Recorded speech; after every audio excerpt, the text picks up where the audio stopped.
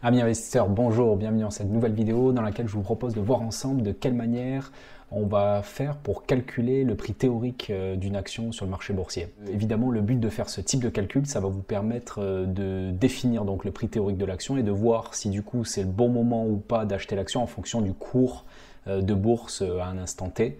Donc évidemment, si votre cours théorique est supérieur au prix du cours à l'instant T, vous avez peut-être intérêt à acheter l'action.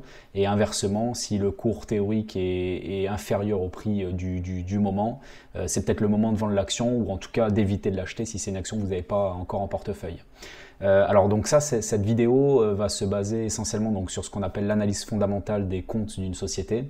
Donc c'est une vidéo qui est un petit peu plus technique peut-être que les précédentes, mais à mon avis qui est extrêmement importante lorsque vous faites de l'analyse fondamentale puisqu'elle va vous permettre d'évaluer donc le cours d'une action et donc de voir si encore une fois c'est le bon moment ou pas de l'acheter. Donc c'est vraiment très important pour pouvoir prendre vos décisions. Et au-delà même de l'investissement boursier, ces notions de calcul d'action qui peuvent être comparées finalement à la manière de calculer la valeur d'une société peut également vous être très utile si demain vous êtes amené à devoir racheter une société, revendre une société. Voilà, c'est vraiment des méthodes de calcul qui sont utilisées par les professionnels de l'évaluation d'actifs. Et donc, on va utiliser dans l'évaluation de prix des actions, des valeurs de sociétés cotées en bourse. Voilà, donc en fait, vous avez différentes manières de calculer le prix théorique d'une action. Vous avez la première manière qui consiste à actualiser les bénéfices de cette société. La deuxième manière qui consiste à évaluer le patrimoine net de la société. Et la troisième manière qui consiste à faire ce qu'on appelle du calcul de comparable, c'est-à-dire comparer plusieurs sociétés entre elles sur certains ratios financiers. Donc ce que je vous propose dans cette vidéo, c'est de se concentrer sur la première méthode qui est l'actualisation des bénéfices et qui est la méthode finalement la plus utilisée, la plus connue. Donc ce que je vous propose, c'est tout simplement de voir déjà le principe de cette méthode, de l'actualisation. Ensuite, on verra quelques exemples et enfin, je vous présenterai un peu les avantages et les inconvénients de cette méthode. Donc déjà sur le principe, ce que je vous propose, c'est de voir ensemble, de faire quelques exemples déjà pour que vous compreniez le principe d'actualisation qui est encore une fois un principe très important qui va être utile donc, pour déployer cette méthode, mais également utile dès que vous allez vouloir faire des calculs de rentabilité. Alors déjà, le premier exemple qui est basique, c'est un calcul de rentabilité vraiment simplifié que tout le monde a priori sait faire. Vous avez un investissement initial de 1000 €, vous avez un rendement annuel de 5%. Quel est mon bénéfice annuel? Ça va tout simplement être l'investissement initial multiplié par le rendement annuel. Donc là, dans cet exemple, on arrive à 50 € de bénéfice au bout d'un an. On peut également faire le calcul par rapport au capital, sur le capital final, c'est-à-dire le capital final, ça va être l'investissement initial multiplié par 1 plus le rendement et vous obtenez donc au bout d'un an un capital final de 1050 €. Le principe d'actualisation, en fait, c'est tout simple. C'est-à-dire, en fait, c'est dans le cas où vous avez votre capital final qui est par exemple de 1100 €, vous allez avoir votre capital final, vous allez avoir un rendement cible et vous allez devoir du coup définir l'investissement initial pour arriver à ce capital final. En fait, dans quel cas on utilise cette méthode-là? C'est tout simplement si je vous dis dans un an, votre voisin va vous donner 1100 €, qu'est-ce que vous êtes prêt à lui donner aujourd'hui? Est-ce que vous êtes prêt à lui donner 500 €, 1000 €, 1050 € ou 1090 €? Si votre voisin demain vous donne 1100 €, qu'est-ce que vous seriez prêt à lui donner aujourd'hui? Et donc ça va évidemment être dépendant du rendement que vous espérez. Donc si par exemple vous fixez un rendement de 8% et que votre capital final est de 1100 €, en fait le calcul c'est tout simplement, on va reprendre l'équation précédente du capital final. Le capital final, donc c'est comme on l'a vu, l'investissement initial fois 1 plus le rendement. Donc ça veut dire tout simplement on bascule l'équation, on arrive au capital initial qui correspond au capital final divisé par 1 plus le rendement. Et donc dans cet exemple-là, on arrive donc à 1100 € divisé par 1 plus les 8%. Donc on arrive à un capital initial de 1018,52 €. Donc ça veut dire que si vous donnez aujourd'hui 1018,52 € et vous espérez, vous attendez un rendement de 8%, dans un an, votre capital final sera de 1100 €. Donc ça, c'est ce qu'on appelle l'actualisation des revenus, qui est une notion très importante que finalement assez peu de gens connaissent, qui correspond du coup à inverser cette équation et donc d'être capable, lorsqu'on vous donne des flux de trésorerie dans le futur, d'être capable de les actualiser aujourd'hui et de savoir combien vaut aujourd'hui un flux de revenus qui arriverait dans le futur. Donc là, je vous donne un deuxième exemple où on va le faire sur plusieurs années. Donc là, on a un investissement initial de 1000 € avec un rendement annuel cible par exemple de 5%. Son capital final au bout de 3 ans, il est l'investissement initial multiplié par 1 plus le rendement, multiplié de nouveau par 1 plus le rendement, multiplié de nouveau par 1 plus le rendement. C'est-à-dire on a bien les intérêts composés qui vont venir se cumuler année après année. Ce n'est pas une somme de 5% des 1000 euros qu'on va faire 3 ans. C'est, on va dire, l'erreur un peu typique que font beaucoup de débutants en calcul financier, c'est qu'ils vont tout simplement faire 3 fois 5% de rendement, donc 3 fois 50 euros, ce qui ferait 150 euros de rendement, de bénéfice, donc ça ferait donc un capital final de 1150 euros, mais ce n'est pas le cas puisque vous allez avoir du coup vos intérêts de la première année qui vont travailler, qui vont de nouveau générer des intérêts la deuxième année, qui eux-mêmes vont générer des intérêts de la troisième année. Donc on a bien un facteur de l'investissement initial fois 1 plus le rendement à la puissance du nombre d'années sur lequel on va pouvoir faire son calcul de rentabilité. Donc là, dans cet exemple-là, avec 1000 euros au départ, au bout de 3 ans, on arrive donc à 1157,6 euros. Et de la même manière, donc, pour faire un calcul d'actualisation, on va inverser cette équation comme on l'a fait tout à l'heure. Et donc dans un exemple où on aura un capital final dans 5 ans de 1050 euros et qu'on recherche un rendement par exemple de 12%, on arrive à un investissement initial qui serait donc de 1163,23 euros. Voilà, donc ça c'était juste pour vous expliquer la notion d'actualisation qui va être très importante pour faire notre évaluation du prix d'une société en actualisant tout simplement ses bénéfices dans le temps. Donc là je vais vous montrer un deuxième exemple où on va prendre donc les bénéfices d'une société. Alors pourquoi on prend les bénéfices? On pourrait prendre également, souvent les professionnels utilisent ce qu'on appelle le free cash flow. Donc là on rentre un peu plus dans les détails de l'analyse financière. Là on va un peu simplifier cet exemple en prenant le résultat net. Mais encore une fois, en toute rigueur, on pourrait prendre les free cash flow qui, en fonction des sociétés, peuvent être plus ou moins proches du résultat net. On pourra peut-être faire une vidéo un peu plus technique là-dessus si ça vous intéresse. Mais voilà, là l'idée c'est on va prendre le résultat net et on va actualiser ce résultat net dans le temps. C'est-à-dire on va prendre une société par exemple qui fait 0% de croissance. Voilà, on va mettre par exemple la croissance à 0 et on va analyser une société donc, qui fait par exemple 1000 euros de résultat net et qui n'a pas de croissance sur les prochaines années. Donc on va considérer une croissance à 0 à l'infini. Donc là j'ai par exemple fait l'analyse sur une centaine d'années. Okay, et donc on va actualiser ces bénéfices année après année pour pouvoir en déduire donc la valeur actuelle de la société qui va correspondre donc à la somme des valeurs actualisées des bénéfices tout au long des années. Donc la première année on va laisser la valeur actuelle à 1000 euros. Donc au bout d'un an on va évidemment, on va également définir le rendement cible. Donc moi je pense qu'en investissement boursier, on peut viser actuellement un rendement cible d'environ 10% qui paraît assez logique, qui correspond un petit peu plus que le rendement historique de la bourse. Mais prenons par exemple 10% de rendement cible. Donc si notre résultat net la première année est de 1000 euros, on est d'accord qu'en valeur actualisée, ça va donc faire 900 euros. Et plus on va avancer dans le temps, plus évidemment la valeur actualisée va baisser. Puisque comme on l'a vu précédemment, la valeur actualisée, c'est le capital final divisé par le rendement puissance n années. Ce qui fait que plus on avance dans le temps, plus évidemment les flux de trésorerie qui arrivent loin dans le temps ont une valeur actuelle qui est faible. Donc là on le voit bien, les premières années on est assez proche du résultat net de cette année. Par exemple la 5e année on arrive à 590 euros de valeur actualisée, etc., etc. Et plus on descend, plus évidemment donc la valeur actualisée est faible pour au bout d'une cinquantaine d'années représenter quasiment zéro, c'est-à-dire les flux de trésorerie qui vont arriver dans 50 ans, donc quasiment zéro valeur aujourd'hui en tenant compte d'un rendement cible de 10%. Et donc quand on fait la somme de toutes ces valeurs actualisées, là je le fais ici, vous voyez dans le tableau Excel, donc on arrive à une somme de 10 000 euros, ce qui est finalement assez logique. Donc la somme de la valeur actualisée est de 10 000 euros, ce qui va correspondre finalement au prix de la société cible. C'est-à-dire que voilà, une société qui ne fait pas de croissance, qui fait 1000 euros de résultat net et pour laquelle on attend 10% de rentabilité, va avoir une valeur de société théorique de 10 000 euros. Donc finalement c'est assez logique, puisque 1000 euros divisé par 10 000, on a bien nos 10% de rendement. Et donc ça fait un PER cible. Le PER, pour rappel, c'est capitalisation boursière divisée par résultat net d'environ 10. Encore une fois, ce qui est tout à fait logique. Pourquoi est-ce que j'ai compliqué un peu le calcul en mettant plus d'une centaine d'années? Parce que là où effectivement notre résultat va être différent, c'est à partir du moment où il peut y avoir de la croissance attendue sur le résultat net de la société. Donc là, on va faire un autre exemple où on va par exemple mettre une croissance de 20% sur les 5 prochaines années. Et voilà, étant donné que les prévisions sont quand même beaucoup plus compliquées à moyen long terme, à partir de la 5e année, on va être un peu plus conservateur, on va limiter à 5% de croissance. et au bout de 10 ans, on va mettre 0% de croissance, on va considérer que la société est arrivée à maturité et donc elle n'a plus de croissance. Et là, vous voyez qu'à partir du moment où on va jouer sur ces taux de croissance, évidemment, le résultat net est impacté sur les années qui suivent et donc évidemment de la même manière la valeur actualisée a également été impactée. Et là dans ce cas de figure là, dans cet exemple là, en attendant un rendement cible de 10% et avec une croissance de 20% sur les 5 prochaines années et de 5% entre 5 et 10 ans, on arrive à une somme actualisée de 23 000 €, ce qui représente un PER cible de 23.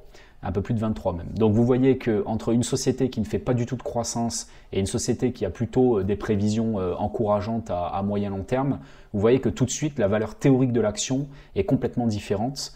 Et donc c'est ça qui explique aussi les gros écarts de valorisation qu'il peut y avoir entre des sociétés qui sont matures, voire même peut-être en décroissance, et des sociétés en forte croissance. C'est par exemple ce qui explique que vous allez trouver des sociétés avec des PER de plus de 100 par exemple, des sociétés qui attendent des croissances de 50% sur les 5 prochaines années. Vous voyez qu'on peut avoir des PER qui se rapprochent rapidement des 100 si la société promet une croissance exponentielle de ses revenus, de ses bénéfices sur les années qui suivent. Voilà, donc là juste pour faire une petite synthèse déjà de ce principe d'actualisation des revenus, en fait le principe d'évaluation, ça va consister à se focaliser donc sur les comptes de résultats et des flux de trésorerie. Pourquoi? Parce que les bénéfices, en fait, que je vous ai présenté, les résultats nets, c'est des informations qu'on va retrouver dans les comptes des sociétés, donc dans le compte de résultats pour le bénéfice et dans le flux de trésorerie pour le free cash flow. Ce qu'il faut donc prendre, c'est comme je disais, le résultat net ou le free cash flow qui correspond le plus à l'enrichissement finalement de l'actionnaire. Et après, il faut évidemment définir ce qu'on appelle le taux d'actualisation. Donc le taux d'actualisation, c'est ce que j'ai mis dans le tableau ici, c'est le rendement cible. En fait, c'est votre taux d'actualisation, c'est le taux que vous allez rechercher de rendement sur votre actif. Ensuite, ce qu'il va falloir faire pour définir donc le plan que j'ai présenté précédemment, l'exemple que je vais présenter, c'est d'analyser le business plan pour définir le taux de croissance attendu. C'est-à-dire que là, les taux de croissance que vous allez rentrer à cet endroit-là, évidemment, la société va vous donner des indicateurs dans ses prévisions, mais c'est à vous aussi de faire l'analyse du business plan pour voir quelles peuvent être les croissances qu'on peut attendre et donc ainsi en déduire le prix théorique de l'action. Et enfin, vous allez donc pouvoir calculer, une fois que vous aurez ces différents éléments, vous allez pouvoir calculer la valeur actualisée, la valeur actuelle de l'actif et la comparer au cours actuel. C'est-à-dire que là, dans cet exemple-là, si je reviens à une croissance de 20% sur les 5 prochaines années, j'ai calculé, encore une fois, j'ai pris l'exemple d'une société qui fait 1 000 € de résultats nets actuellement. J'ai donc calculé une valeur de société, donc une capitalisation boursière de 23 000 €. Bon, évidemment, c'est un exemple, parce qu'il n'y a pas de société capitalisée à 23 000 € qui ne serait pas en bourse à ces prix-là. Mais voilà, c'est uniquement un exemple.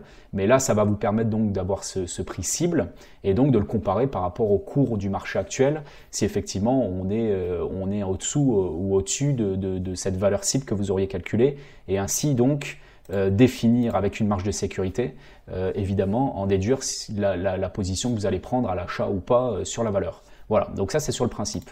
Ce que je vous propose juste pour finir cette vidéo, c'est de faire un exemple concret sur une valeur. Donc j'ai choisi la valeur Infotel. C'est une valeur, une middle cap française. Voilà, qui vous connaissez peut-être pas, qui est pas très connue, qui est une SS2I. Alors, ce que je vous propose, c'est qu'on va aller par exemple sur le site de Morningstar où on va retrouver un peu les différents éléments financiers sur cette valeur. Donc là, si on prend la valeur Infotel, on va aller dans l'onglet Financial et on va retrouver les résultats nets, les net income des dernières années. Et également les free cash flow. Comme je vous l'ai dit, on prend le net income. Normalement, c'est le free cash flow. Bon, encore une fois, pour simplifier, on a pris le net income dans cet exemple-là. Donc là, par exemple, je vais prendre depuis 2013. Donc vous voyez la marge, le bénéfice de cette société a été de 9,5 millions en 2013, de 11,1 millions en 2014, de 12,94 en 2015, de 13,72 en 2016, etc. Et on peut voir également le free cash flow. Vous pouvez voir qu'il est assez proche, voire même un peu au-dessus du résultat net, donc ce qui est plutôt positif. Donc on va garder encore une fois le résultat net pour faire le calcul, mais vous voyez que bon, c'est quand même important de comparer pour s'assurer que le free cash flow est quand même assez proche du résultat net. Voilà, donc là j'ai remis directement les bénéfices qu'on a identifiés sur le site de Morningstar, et donc j'ai calculé la croissance qu'il y a eu ces dernières années sur le bénéfice, et la croissance a été en moyenne d'à peu près 11% sur les 5 dernières années. J'ai mis dans mon tableau 15,9 €, bon c'est millions d'euros, mais encore une fois pour simplifier. Donc je commence par renseigner le résultat net actuel. Donc bon là j'ai pris 2018, ce qui est prévu pour 2018, donc 15,9 millions d'euros. Et j'ai également mis donc mon rendement cible qui est comme tout à l'heure 10%. J'ai mis une croissance de 8% sur les 5 prochaines années. Alors là, évidemment, ça demande d'analyser un peu plus la société. Là, on a vu que ces dernières années, elle avait fait à peu près 11% de croissance en moyenne. Bon, j'ai mis 8% en considérant qu'on allait garder à peu près le même cycle de croissance. C'est peut-être un petit peu optimiste, mais voilà, bon, c'est un parti pris. Et à partir de la 5e année, je considère qu'on rentre déjà dans un marché beaucoup plus mature, donc je limite à 2% de croissance pour au bout de 10 ans être à 0% de croissance. Voilà. Et en faisant ce calcul-là, donc j'ai calculé automatiquement mes différentes valeurs actualisées au fur et à mesure des années, d'accord? Donc évidemment, plus on avance, comme tout à l'heure dans les années, plus la valeur actuelle ne veut plus dire grand-chose. Donc finalement, là j'ai fait un tableau sur une centaine d'années, mais on pourrait se limiter, s'arrêter à une quarantaine d'années, parce qu'après la valeur actualisée n'a quasiment plus d'impact sur la somme globale. Et donc là, si je fais la somme de mes valeurs actualisées, j'arrive à 224 millions d'euros. Pour un PER de 14 à peu près, c'est-à-dire le résultat net divisé par la capitalisation. Donc là, idéalement, d'un point de vue purement théorique, en prenant ma croissance, mon rendement cible, ma croissance à 5 ans, ma croissance à 5 à 10 ans, j'arrive à une valeur théorique de 224 millions de capitalisation boursière. Si on va voir la société maintenant pour voir combien elle capitalise aujourd'hui, voilà, donc là je suis allé sur le site Zone de Bourse Infotel pour voir combien elle capitalisait aujourd'hui. Et vous voyez qu'aujourd'hui elle capitalise 274 millions d'euros actuellement au cours d'action de 41,2. Alors c'est dommage puisque j'avais commencé à préparer cette vidéo la semaine dernière où l'action a déjà pris quasiment 15% depuis la semaine dernière. Donc il y a un peu plus d'une semaine, on était finalement assez proche du calcul que j'avais fait là, 224 millions. Donc voilà, je voulais en conclure que finalement on était très proche du prix calculé. Là pour le coup, la valeur a un petit peu augmenté par rapport à mon cours cible. Mon PER cible étant de 14, ben là forcément, là aujourd'hui on a plutôt un PER de 17-18 au cours actuel. Donc vous voyez qu'en théorie, là la valeur a un petit peu surpassé et un peu au-dessus du calcul que j'ai fait. Donc en théorie, ce ne serait pas forcément le moment de l'acheter au cours actuel par rapport aux prévisions qui ont été données et aux prévisions que j'ai pu faire. Voilà, donc ça c'était uniquement un premier exemple pour que vous puissiez voir sur une valeur un peu comment ça pouvait s'appliquer. Pour finir sur cette vidéo, ce que je vous propose, c'est de vous présenter rapidement les avantages et les inconvénients de cette méthode. Donc les principaux avantages, c'est déjà que d'un point de vue théorique, la méthode est vraiment solide puisqu'on se base sur l'actualisation des revenus qui est vraiment la méthode la plus pure pour pouvoir calculer la valeur d'un actif. Donc on est sur une méthode qui d'un point de vue théorique est tout à fait fiable. Le deuxième intérêt, c'est qu'on va pouvoir rapidement faire des premières valorisations rapides. Pourquoi j'indique ça? Puisque en fait, rapidement, en fonction du PER que vous allez voir sur les valeurs, de la capitalisation boursière de la valeur et de la croissance qu'elle a, vous allez pouvoir assez rapidement voir si c'est une valeur qui est chère ou pas et pouvoir faire une première évaluation rapide. C'est-à-dire si c'est une valeur qui n'a pas du tout de croissance et que vous attendez un rendement de 10, vous allez rapidement savoir que vous attendez un PER aux alentours de 10. Si vous cherchez plutôt une valeur avec, si vous êtes plutôt sur une valeur qui a 10-15% de croissance sur les prochaines années, vous pouvez rapidement calculer que votre PER cible va plutôt être autour des 15. Voilà, donc ça en fait, cette méthode-là vous permet rapidement d'avoir un peu dans les grandes lignes les grandes tendances sur les valorisations en fonction de la croissance qui est attendue. Et enfin, ça permet, l'avantage de cette solution, c'est que ça vous permet également de bien comprendre pourquoi il y a de la volatilité sur les marchés.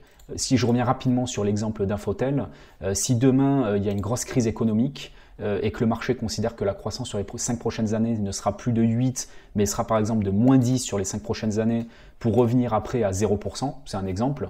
C'est-à-dire que là, le marché, il dit sur les 5 prochaines années, on fait moins 10 par an et après ça va stabiliser, c'est-à-dire voilà, on était dans une bulle et on va redescendre complètement. Et bien là, vous voyez qu'en changeant ces 2-3 paramètres, on arrive à une somme actualisée de 110 € et un PER cible de 7.